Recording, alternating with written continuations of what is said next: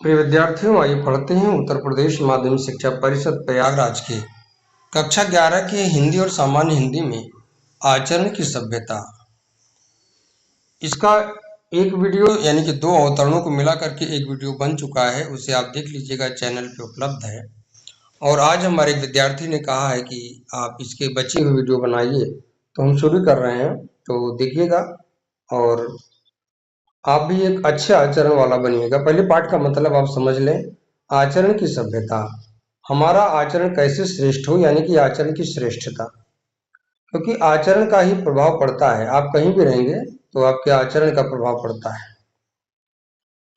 तो ऊपर आप 2 अवतरणों में बताया गया है कि आचरण का स्वरूप कैसे होता है, और वह बिना बोले बहुत कुछ कह जाता है और उसका प्रभाव बहुत दिनों तक अस्थायी रहता है। ठीक है ना। अस्थायी और स्थायी में अंतर होता है, यानी कि बहुत दिन तक रहता है। आइए आज का अवतरण देखते हैं। न काला न नीला न पीला न सफेद न पूर्वी न पश्चिमी न उत्तरी न दक्षिणी, बेनाम बेनिशान बेमकान, विशाल आत्मा के आचरण से मौन रूपिणी सुगंध सदा प्रसारित हुआ करते हैं। ध्यान दीजिए, आचरण का जो स्वरूप होता है, न उसे आप काला कह सकते हैं, न नीला कह सकते हैं, न पीला कह सकते हैं, न सफेद कह सकते हैं। मतलब ये इन रंगों से भी अलग हट करके एक अलग रंग है जो इन सारे रंगों से कहीं ज्यादा प्रभावशाली है। न पूर्वी न पश्चिमी, यह किसी क्षेत्र विशेष से न जुड़ा हुआ नहीं होता है। न ये पूर्वी हो सकता है, न पश्चिमी हो सकता है, न उत्तरी न दक्षिणी। अब ऐसा इसलिए लिखा गया है कि कोई ये कह सकता है कि भारत के पूर्व में सभ्य आचरण वाले ज्यादा हुए हैं, पश्चिम वाले नहीं हो सकते। ऐसा बिल्कुल नहीं है। ये दिशाओं से बंध के नहीं रहता है, कहीं भी किसी का भी सभ्य आचरण किसी को प्रभावित कर सकता है। एक उदाहरण मुझे याद आता है, महात्मा बुद्ध का नाम आपने सुना होगा। जन्म कहाँ होता है और उनका प्रभाव पूरे विश्व में हो गया। वो रूस तक, चीन तक, बहुत दूर दूर तक आप बौद्ध धर्म को आज सुन रहे हैं ना। महात्मा बुद्ध वहां पहुंचे नहीं थे, लेकिन उनका प्रकाश, उनका जो सभ्य आचरण का जो प्रकाश है, पहुंच गया था। इसीलिए एशिया के प्रकाश पुंज कहे जाते हैं। ध्यान दीजिएगा, तो ये किसी दिशा से बंध के तो नहीं है। तो आगे देखिएगा, बेनाम, इसको किसी नाम से बांधा नहीं जा सकता है। कोई बिल्ला लगा ले कि हम बहुत बड़े आचारवान हैं। जैसे आज के कई ऐसे संत हैं जो अपने आप को बिल्कुल शंकराचार्य मान करके हेलीकॉप्टर से उड़ते हैं और कहते हैं सबसे बड़ा संत हम ही हैं, सभी आचरण मेरे ही अंदर है। ऐसे लोगों को क्या कहा जाए? मैं नहीं कह सकता कि इनके अंदर कोई ऐसा आचरण है। हेलीकॉप्टर पे बैठना बुराई नहीं है। व्यक्ति को देखते ही स्वयं यदि हमारा हृदय कह उठे कि इनको प्रणाम करो, ये इसके लायक हैं, तो हम मान लेंगे कि उनका आचरण सभ्य है। आगे बढ़िए। तो इसका कोई निशान नहीं, कोई नाम नहीं होता है। बेमकान, इसे किसी घर से बांध के नहीं रखा जा सकता। यदि वो सीमित ही होता, महात्मा बुद्ध जहां पहुंचे नहीं वहां तक प्रभाव कैसे हो गया। कई ऐसे, महात्मा बुद्ध की ही बात नहीं कर रहा हूं, वो तो भगवत स्वरूप थे, सामान्य मनुष्यों का भी प्रभाव है। चलिए, आज भी ऐसे तमाम संत हैं जिनका प्रभाव है, कोई उनको बुरा नहीं कहता है। आप कहेंगे कौन हो सकता है, तो मुझे एक संत का नाम आता है, प्रेमानंद जी महाराज। कोई उनकी ऐसे निंदा नहीं कर सकता। पशु पक्षी तक उनके आगे नतमस्तक होते हैं। और कई ऐसे हैं जो साधु संत नहीं, इसके लिए बड़ी जटा की आवश्यकता नहीं है। वो साधु संत बिल्कुल नहीं है, एक सामान्य व्यक्ति हैं, लेकिन पक्षी उनके कंधे पर बैठे रहते हैं। अगर वो पेड़ों के नीचे चले हैं तो सारे उतर आते हैं उनके सामने, उनसे मिलने के लिए आते हैं। आप कहेंगे कुछ खिलाते हैं? अरे भाई, अगर खिलाने की बात होती तो खाने के बाद उड़ जाते हैं।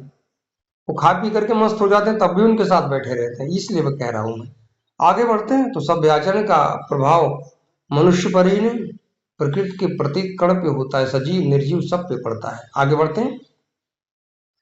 आत्मा के आचरण से मौन रूपी सुगंध प्रसारित हुआ करती है। यदि हमारी आत्मा में हमारे अंदर सभ्य आचरण है, तो एक ऐसी खुशबू उसमें से उत्पन्न होती है जो बिना बोले बहुत दूर तक के क्षेत्र को सुगंधित करती है। अर्थात सभ्य आचरण का प्रभाव अस्थायी होता है, बहुत दूर तक फैलता है। वो खुशबू से भी कहीं अधिक प्रभावकारी है, मैं खुशबू यानी कि सुगंध को उसके बराबर नहीं मान सकता, क्योंकि उसकी एक सीमा होती है, वहीं तक जाती है। लेकिन सभ्य आचरण का प्रभाव बहुत दूर तक जाता है। आगे बढ़ते हैं। इसके मौन से प्रसूत यानी कि निकला हुआ प्रेम और पवित्र धर्म से, अर्थात धर्म का यहाँ मतलब गुण विशेषता है। धर्म माने पूजा पाठ या तमाम धर्म चलते हैं, वो नहीं है। इसके मौन से अर्थात बिना बोले बहुत कुछ कह देने वाली भावना से उत्पन्न प्रेम और पवित्र धर्म अर्थात मानवता का गुण सारे जगत का कल्याण करके ही विस्तृत होते हैं। अर्थात सभ्य आचरण वाले का ये श्रेष्ठ गुण होता है कि वो पूरे संसार का कल्याण करता है, और जितने वो संसार का कल्याण करता है उतने उसके आचरण में, सभ्य आचरण में उन्नति होती है और उतने लोग उसे सम्मान देते हैं। आगे बढ़ते हैं। इसकी उपस्थिति से मन और हृदय की ऋतु बदल जाते हैं, अर्थात मन भी बदल जाता है और हृदय भी बदल जाता है। आप कहेंगे दो है, हाँ बिल्कुल दो है, दोनों में अंतर होता है, ठीक है ना। मन चंचल होता है, हृदय स्थायी होता है। चलिए ज्यादा विवेचना नहीं करते, तो कमेंट कीजिएगा आप क्या मानते हैं। तो इसकी उपस्थिति से मन और हृदय की ऋतु बदल जाते हैं, अर्थात मन में एक विशेष प्रकार की प्रसन्नता का अनुभव हमेशा होता है। यानी कि वही ऋतुएं जो कभी कष्टदायी होती हैं, चाहे वर्षा हो, चाहे कड़ाके की सर्दी हो, चाहे चटकती धूप हो, वो सब दुखदायी होती हैं। कोई ऋतु नहीं रहती है, केवल एक सुखमय ऋतु का अनुभव होता है यदि हमारे अंदर सभ्य आचरण हो। आप कहेंगे ऐसा कैसे होता है? अरे समझिए भाई, जब हम सभी का कल्याण चाहते हैं, किसी का बुरा नहीं चाहते, तो हमारी किसी से दुश्मनी नहीं होगी, हम सबको देख के खुश ही तो होंगे। जितने लोगों से मिलेंगे उतने प्रसन्नता होगी, जीवों से, पशुओं से, पक्षियों से, तो हम प्रसन्न होंगे, तो जाहिर सी बात है। ऋतु नहीं बदली है तो क्या हुआ है। आगे बढ़ते हैं। तीक्ष्ण गर्मी से जले भुने व्यक्ति आचरण के काले बादलों की बूंदाबांदी से शीतल हो जाते हैं। जैसे तेज गर्मी से जला हुआ आदमी, यानी कि तेज गर्मी से परेशान आदमी, जब बारिश होती है तो वो उसको थोड़ी शांति मिलती है, सुकून मिलता है। ऐसे ही जब हम ईर्ष्या द्वेष के प्रभाव से जल जाते हैं, अर्थात दुखी हो जाते हैं, ईर्ष्या द्वेष के कारण दुख उठाए होते हैं, तो जब हमारे अंदर सभ्य आचरण का विकास शुरू होता है तो वो जो दुख है वो शांत हो जाता है और हमें सुख का अनुभव होता है। आगे बढ़ते हैं। आचरण के, हाँ, मानसोत्पन्न शरद ऋतु में क्लेशातुर हुए पुरुष इसकी सुगंध में अटल वसंत ऋतु के आनंद का पान करते हैं। बात समझिएगा, मानस धन उत्पन्न, मन में उत्पन्न, ठीक है ना। तो जैसे शरद ऋतु आती है तो तेज कड़ाके की सर्दी पड़ती है और लोग दुखी होते हैं, और जब बसंत आता है तो गुनगुनी धूप पा करके प्रसन्न हो जाते हैं। ध्यान दीजिए, ऐसे जब हमारे मन में दुख उत्पन्न होता है, दुखी होते हैं, और जब सभ्य आचरण आ जाता है तो हम बाद में बसंत ऋतु जैसे सुख का आनंद अनुभव करने लगते हैं, ठीक है ना।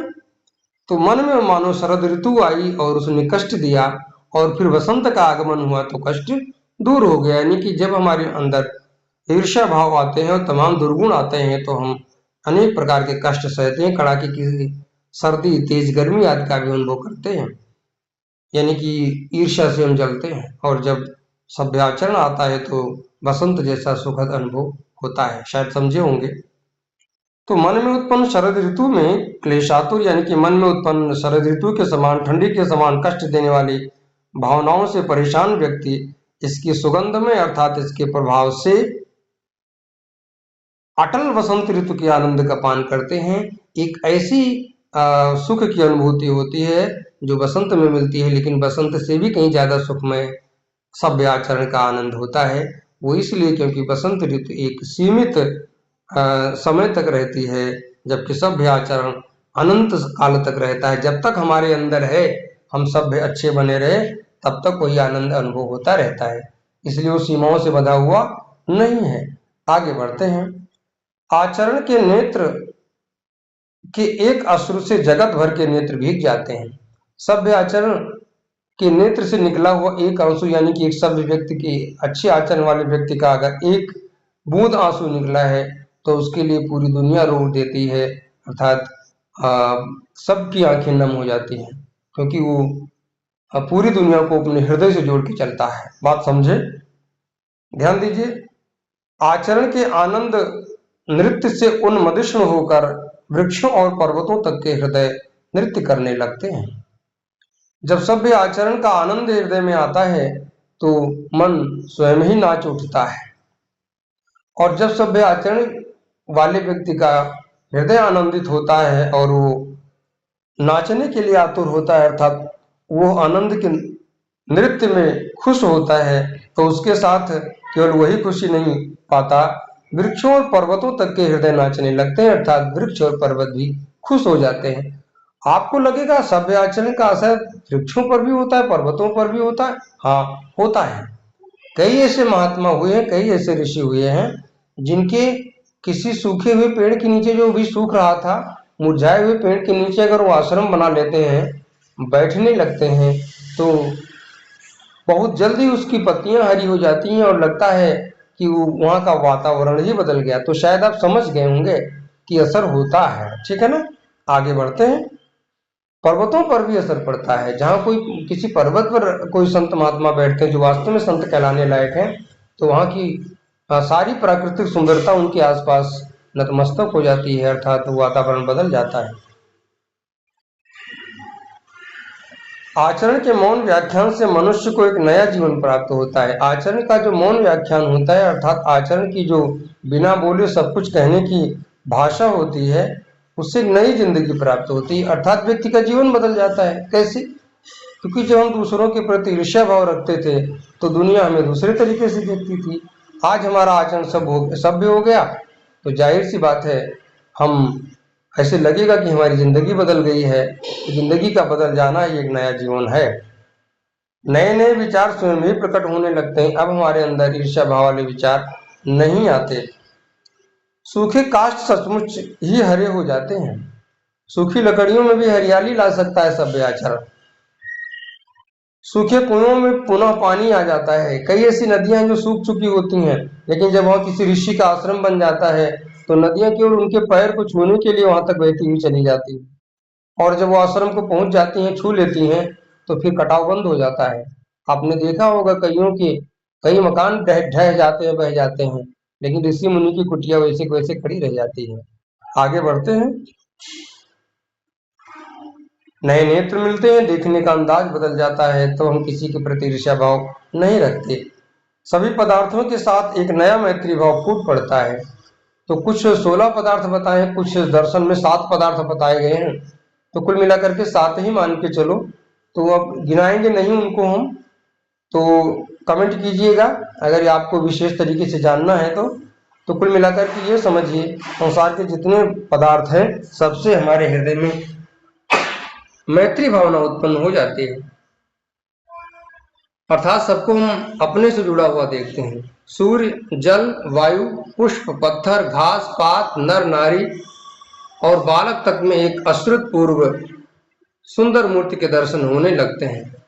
हमारा आचरण सभ्य हो जाए तो वही सूर्य, वही जल, वही वायु, वही पुष्प, वही पत्थर, वही घास, पत्ते, स्त्री पुरुष, बालक इत्यादि, इन सब में एक नया सुखद अनुभव होता है। उन्हें देखने पर एक विशेष प्रकार के आनंद की प्राप्ति होती है, अर्थात उनमें जो हम मूर्ति देखते हैं, जो उनका स्वरूप देखते हैं, वो हमें तब कष्टदायक नहीं होता है, वो आनंददायक हो जाता है। तो विद्यार्थियों, आज यहीं तक। कोई दिक्कत होगी तो बताइएगा, और कमेंट जरूर करें कहाँ से देख रहे हैं, किसको कहाँ से, आप किस विद्यालय से हैं, और सबसे ज़्यादा प्रभाव महात्मा बुद्ध का ही पड़ा है। आप सहमत हैं कि नहीं, ये भी कमेंट में बताएं। अब थोड़ा सा साहित्यिक सौंदर्य की चर्चा कर लें। मैं बात करूं भाषा की, तो भाषा है शुद्ध परिमार्जित खड़ी बोली, और शैली की बात करते हैं तो शैली है विवेचनात्मक और विचारात्मक। विचार करना जरूरी, विवेचना हुई है। भाषा तो आपको बताई ही, शुद्ध परिमार्जित खड़ी बोली। अलंकार की बात करें तो उसमें उत्प्रेक्षा, रूपक, उपमा और मानवीकरण, ठीक है ना। उत्प्रेक्षा, रूपक, उपमा और मानवीकरण अलंकारों के दर्शन हो रहे हैं, ठीक है ना। तो ये सब चीजें यहाँ पर आपने देखा, और भाषा शैली बताएगी। गुण की बात करते हैं तो माधुर्य गुण है, शब्द शक्ति, लक्षण और व्यंजना। तो आज यहीं तक।